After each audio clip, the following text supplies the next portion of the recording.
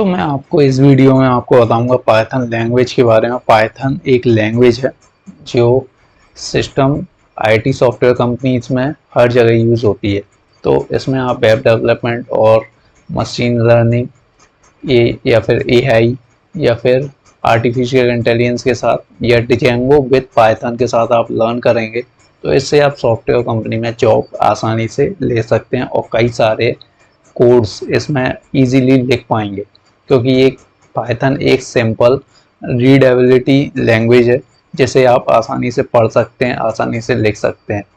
तो इसीलिए ये एक सिंपल लैंग्वेज है और इसे इसके कंप्लीट चैप्टर्स हम इसी चैनल पे कंप्लीट करेंगे और साथ ही साथ इसके जो प्रोजेक्ट हैं वो इसी चैनल पे आपको लास्ट में बनवाएंगे, जिसमें कई सारे ऐसे प्रोजेक्ट हैं जो आप जॉब इंटरव्यू के लिए जाएंगे तो वहाँ पे आप उनको पोर्टफोलियो दिखाएंगे तो वहाँ से आप जॉब आसानी से ले सकते हैं।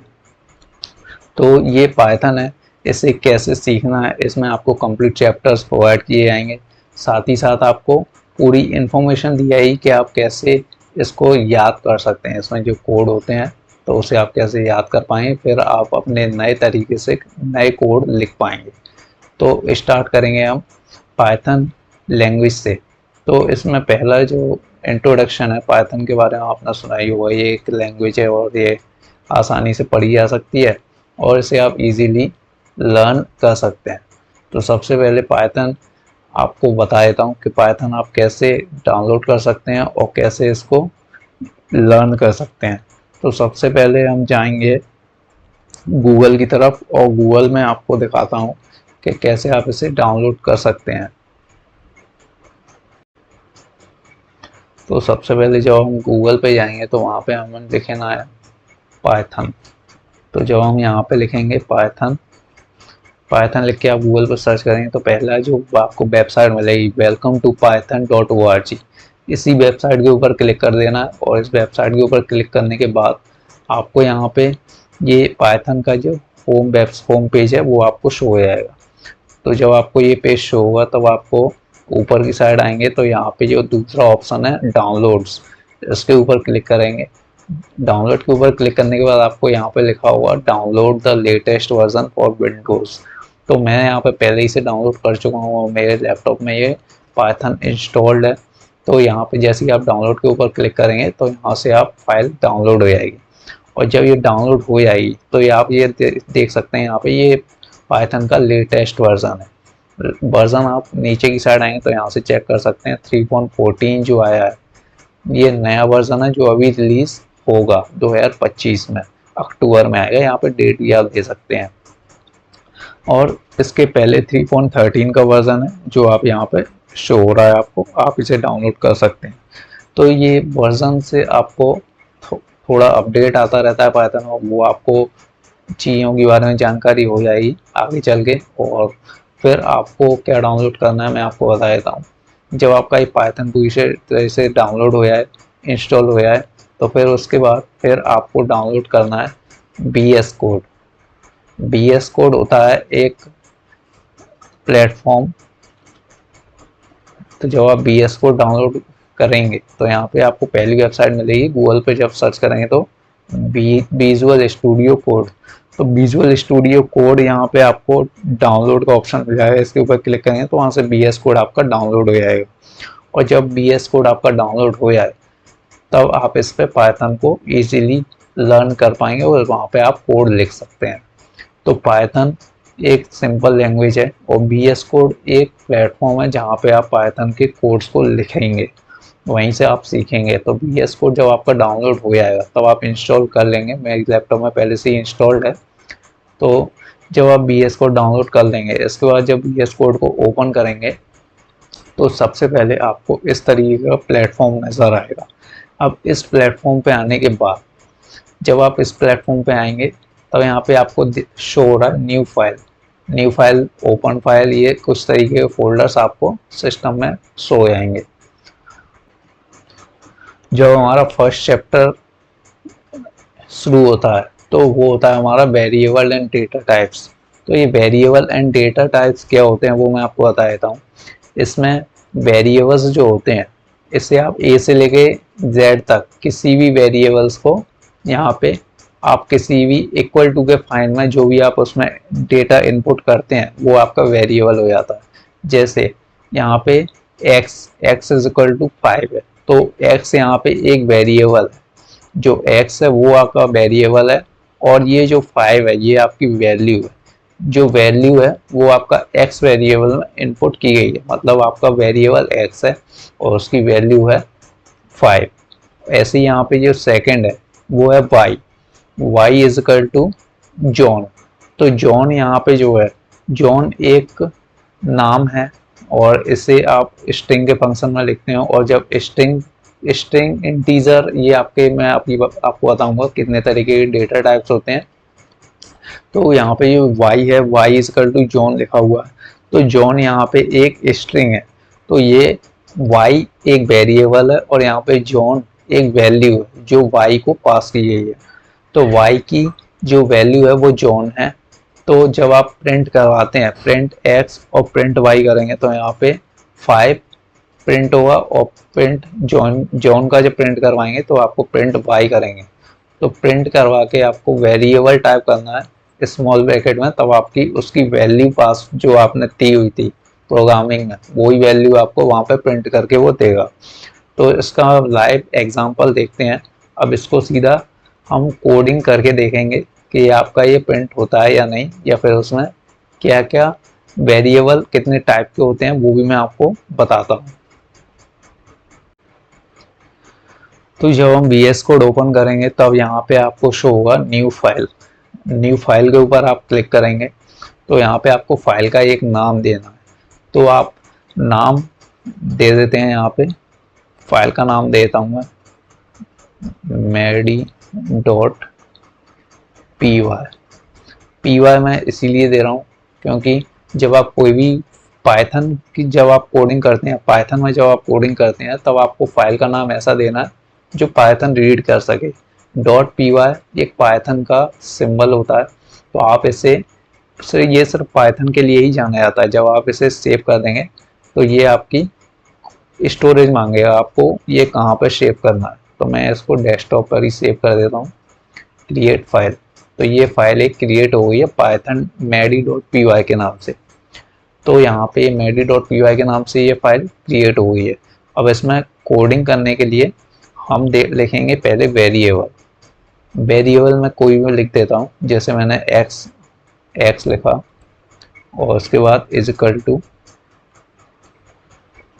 x, यहाँ पे एक वेरिएबल है और x का मैंने नाम दे दिया मेडी। तो जब भी आप स्ट्रिंग लिखेंगे तब आपको इन्वर्टेड कॉमा में ही लिखना है, तो क्योंकि स्ट्रिंग आपके सिंगल यूज़ नहीं होगी, जब भी आपको स्ट्रिंग लिखेंगे तो इन्वर्टेड कॉमा में ही लिखेंगे। फिर आपको यहाँ पे मैं जैसे कोई दूसरा वेरिएबल देता हूँ y इज इक्वल टू 8। तो ये दोनों वेरिएबल है। अब ये दोनों वेरिएबल मैंने यहाँ पर टाइप कर लिए हैं। अब मैं इसको प्रिंट करवाऊंगा। अब इसको प्रिंट करवाने के लिए पहले आपको लिखना होगा यहाँ पे प्रिंट, फिर कॉमा, आपको स्मॉल ब्रैकेट यूज करना है प्रिंट करवाएंगे तब। यहाँ पे आपको वेरिएबल नाम पुट करना है, जो वेरिएबल आप प्रिंट करवाना चाहते हैं, तो उस वेरिएबल का आप नाम यहाँ पे प्रिंट करवाना चाहते हैं, तो उसको आपको एंटर करना है इन्वर्टेड कॉमा में जो है। तो उसका वेरिएबल है x, तो x मैंने यहाँ पे स्मॉल ब्रैकेट में राइट कर दिया है। उसके बाद जब आप इसको सेव करके रन करेंगे, तो यहाँ पे रन करते हैं इसको, तो ये मैंने रन किया और आप यहाँ पे देख सकते हैं कि ये यहाँ पे प्रिंट होके आ गया है मेडी, MADY। तो मैंने यहाँ पे प्रिंट x को करवाया हुआ था, x जो वेरिएबल है उसी को प्रिंट करवाया हुआ था, तो यहाँ पे x की वैल्यू प्रिंट होके आ गई है मेडी। और यहाँ पे ये y की वैल्यू है, y इसीलिए प्रिंट नहीं हुआ है क्योंकि मैंने यहाँ पे y को प्रिंट नहीं करवाया है, मैंने सिर्फ x की वैल्यू प्रिंट करवाई है। और अगर मैं इसे प्रिंट करवाऊंगा y की वैल्यू, अगर मुझे y की वैल्यू प्रिंट करवाना है तो मुझे अलग से लिखना होगा y की वैल्यू, y को वेरिएबल के थ्रू मुझे लिखना होगा। ये मैंने x को भी लिखा हुआ है ऊपर प्रिंट x, और यहाँ पे प्रिंट y। तो ये दोनों वेरिएबल को प्रिंट करवाना है। तो जब मैं इसे रन करूंगा तो आप ये देख सकते हैं यहाँ पे मैडी भी प्रिंट हो गया और 8 नंबर भी प्रिंट हो गया है। तो आप ये दोनों वेरिएबल यहाँ पे प्रिंट हो गए हैं। तो ये होते हैं वेरिएबल्स। तो इसमें आप वेरिएबल्स के कितने ही नाम दे सकते हैं, चाहे एक्स वाई जेड जो भी नाम आप देना चाहते हैं तो आप वो यहाँ पे दे सकते हैं। लेकिन वेरिएबल के नाम आपको एक ऐसे देने हैं जो आप इजीली रीड कर पाएँ, जिसकी वैल्यू हो। यहाँ पे देखेंगे वेरिएबल्स का एक और टाइप है जिसमें आपने x की वैल्यू 4 दी हुई है।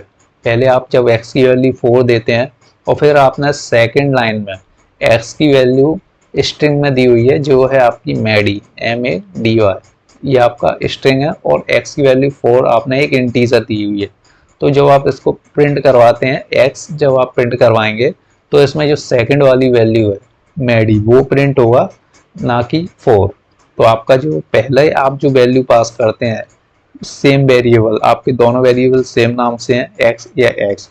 अब आप जब वैल्यू पास करते हैं तो पहले आपने जो वैल्यू पास की हुई थी उसको पाइथन इग्नोर कर देता है और जो आपने सेम वेरिएबल में दूसरी वैल्यू पास की हुई है उस वैल्यू को आपको प्रिंट करवा के देता है। और आप जो दूसरी वैल्यू आपने पास की है इसका मतलब आप पहली वैल्यू में चेंजेस करना चाहते हैं। तो जो चेंजेस आप करना चाहते हैं वो आपको नेक्स्ट लाइन में पाइथन उसको फर्स्ट जो वैल्यू आपने दी हुई थी उसको इग्नोर करके सेकंड जो वैल्यू दी हुई है उसको आपको प्रिंट करवा के देता है। इसे हम देखते हैं VS कोड पे आके राइट करके देखेंगे क्या ये सही है या नहीं। तो यहाँ पे जो मैंने कोड लिखा हुआ है मैं आपको फिर से एक बार लिख के बता देता हूँ। x की वैल्यू मैंने यहाँ पे दी हुई है 11, ठीक है। और फिर मैंने दोबारा से एक x की वैल्यू देता हूँ, मैं यहाँ पे मैं दोबारा से x की वैल्यू दे देता हूँ। मैंने यहाँ पे लिख दिया मेडिसिन। तो ये स्ट्रिंग वैल्यू है, यहाँ पे इसको स्ट्रिंग वैल्यू को पहले इन्वर्टेड कॉमा में लगाना होगा तभी ये स्ट्रिंग रन करेगा। तो ये आपकी x की वैल्यू एक आपकी इंटीजर है और दूसरी वैल्यू आपकी स्ट्रिंग है। तो जब आप इसे प्रिंट करवाने चाहेंगे, अब इसको x की वैल्यू को जब हम प्रिंट करेंगे x वेरिएबल को, x वेरिएबल को जब प्रिंट करेंगे तो पहली वैल्यू को पाइथन इग्नोर कर देता है जो इंटीजर वैल्यू है। सेम वेरिएबल जब होते हैं तो पहली वैल्यू को पाइथन इग्नोर कर देगा और सेकंड वैल्यू आपकी प्रिंट हो जाएगी। तो मैं इसे सेव करके रन करूँगा तो आप यहाँ पे देखेंगे तो ये पाइथन ने सेकंड वाली वैल्यू दी हुई है मेडिसिन। तो पहली वैल्यू सेम वेरिएबल से थी तो पाइथन इसे इग्नोर कर देता है सेम वेरिएबल में। और जब आप सेम वेरिएबल में कोई दूसरी वैल्यू इनपुट करवाते हैं, दूसरी वैल्यू पास करते हैं तो पाइथन दूसरी वैल्यू को प्रिंट करके देता है। पहली वैल्यू को पाइथन प्रिंट नहीं करवाता है सेम वेरिएबल के केस में। तो अब मैं आपको बताता हूँ वेरिएबल का सेकंड टाइप कौन सा है। वेरिएबल का जो सेकंड टाइप है, अगर मैं यहाँ पे प्रिंट एक्स को हटा देता हूँ, पहले मैंने एक्स की वैल्यू दी हुई थी 11 और फिर सेकंड जो वेरिएबल है मैं इसकी वैल्यू, इसका वेरिएबल का नाम चेंज करके यहाँ पे मैं y कर देता हूँ और फिर जो नेक्स्ट है अगला वेरिएबल मैं यहाँ पे z देता हूँ और z की जो वैल्यू है वो चाहिए फ्लोट 25.0। तो ये मैंने तीनों की वैल्यू पास की हुई है। ये आपका इंटीजर है x इक्वल टू 11, ये आपकी इंटीजर वैल्यू है। सेकंड वाली है जो y की वैल्यू है मेडिसिन, ये आपकी स्ट्रिंग वैल्यू है। और जो तीसरी है z बराबर 25.0, तो ये आपकी फ्लोट वैल्यू है। तो जब हम इसका टाइप प्रिंट करवाते हैं, मैं यहाँ पे इसका प्रिंट करवाएंगे टाइप। पहले x का टाइप प्रिंट करवाते हैं। तो जब मैंने x का टाइप प्रिंट करवाया, नहीं यहाँ पे ये वैल्यू वेरिएबल के अंदर मैंने वेरिएबल प्रिंट करवाया हुआ है, इसको टाइप को प्रिंट करवाने के लिए मुझे यहाँ पे लिखना होगा टाइप। तो एक और ब्रैकेट लगाना होगा और इसके अंदर टाइप। अब जब आप इस तरीके से कोड लिख के एक इसको क्लोज भी करना होगा। जब आप इस तरीके से इसको लिखेंगे, प्रिंट टाइप फिर स्मॉल ब्रैकेट फिर ये वेरिएबल जो आप जिसका टाइप आप प्रिंट करवाना चाहते हैं, इसको सेव करके रन करेंगे। जब हमने सेव करके रन किया तो यहाँ पे आपको यहाँ पे शो हो रहा है क्लास इंटीजर। जो एक्स की जो वैल्यू है वो आपकी एक इंटीजर वैल्यू है। इंटीजर जो वैल्यू होती हैं वो होती हैं 0 से लेके 9 तक की जो भी वैल्यू होती हैं वो सारी आपकी काउंटेबल वैल्यू इंटीजर कहलाती हैं। तो इंटीजर यहाँ पे पाइथन ऐसे लिख के देता है क्लास इंटीजर। इनिट का मतलब होता है इंटीजर। पाइथन फुल फॉर्म में लिख के नहीं देता है, कभी भी शॉर्ट फॉर्म में ही लिख के देगा आपको। तो यहाँ पे इनिट लिखा है, इसका मतलब इंटीजर वैल्यू है। एक्स की जो वेरिएबल है, एक्स वेरिएबल में आपने जो वैल्यू पास की हुई है वो आपकी एक इंटीजर वैल्यू है, मतलब ये आपकी नंबर के फॉर्म में है। और फिर जब मैं सेकंड वाली का टाइप करवाता हूँ, पहले मैं इसको डिलीट कर देता हूँ, फिर मैं जब सेकंड वाला वेरिएबल है y, तो y का अगर टाइप प्रिंट करवाता है, टाइप प्रिंट करवाने के लिए यहाँ पे लिखेंगे टाइप फिर एक और ब्रैकेट, उसके बाद वेरिएबल का नाम। इसको सेव करके रन करेंगे तो ये सेकंड वाली जो y का वेरिएबल है, y की जो वैल्यू है वो एक स्ट्रिंग वैल्यू है। तो यहाँ पे पहले वाले x का है इंटीजर, सेकंड वाली y का है स्ट्रिंग, और फिर जो थर्ड वाली z, इसका भी प्रिंट करवा लेते हैं टाइप एक और ब्रैकेट z। तो ये अब ये तीनों वेरिएबल्स के टाइप हम यहाँ पे प्रिंट करवाते हैं। तो उसको मैं डिलीट कर देता हूँ। डिलीट करने के बाद यहाँ पे दोबारा से रन करूँगा तो आप देखेंगे यहाँ पे तीनों के टाइप प्रिंट होके आ गए हैं। एक है आपका इंटीजर, सेकंड है आपका स्ट्रिंग, और तीसरा है आपका फ्लोट। फ्लोट इनका मतलब होता है अगर z के आप कोई भी इंटीजर वैल्यू है उसके पॉइंट के बाद आप कोई भी नंबर होता है तो उसमें आपका फ्लोट कहलाता है, वो पाइथन उसे फ्लोट बोलता है।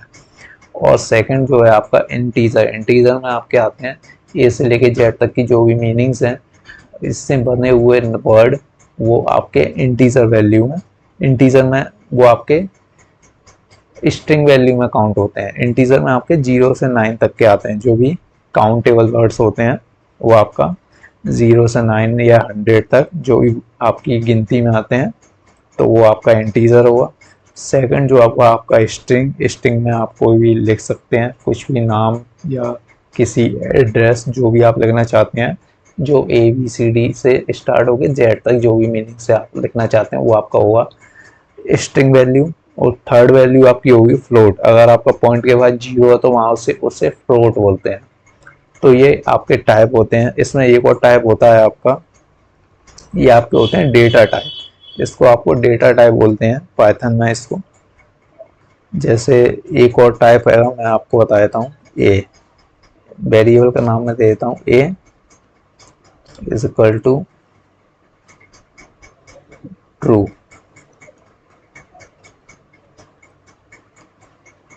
तो मैंने ए की जो वेरिएबल है इसमें मैंने वैल्यू पास की हुई है, इसमें लिखा हुआ मैंने ट्रू। तो जब मैं इसे प्रिंट करवाता हूँ, मैं इन तीनों को हटा करके सिर्फ ए को प्रिंट करवाता हूँ। Print type A. जब मैं ए वेरिएबल का टाइप प्रिंट करवाता हूँ तो मुझे ये क्या रंग प्रिंट करके देता है आपको बताता हूँ। यह है बुलियन, क्लास बुलियन। तो जब आप ए की वैल्यू पास करते हैं यहाँ पे ट्रू और फॉल्स, ट्रू होगा या फिर फॉल्स होगा, जब इन दोनों में से कोई भी एक वैल्यू पास करेंगे तो वो वहाँ पे आपकी होगी बुलियन वैल्यू। इसको पाइथन लैंग्वेज में बुलियन वैल्यू बोला जाता है। और एक और वैल्यू है जैसे आप नन टाइप करते हैं, अगर मैं इसमें टाइप करूंगा नन,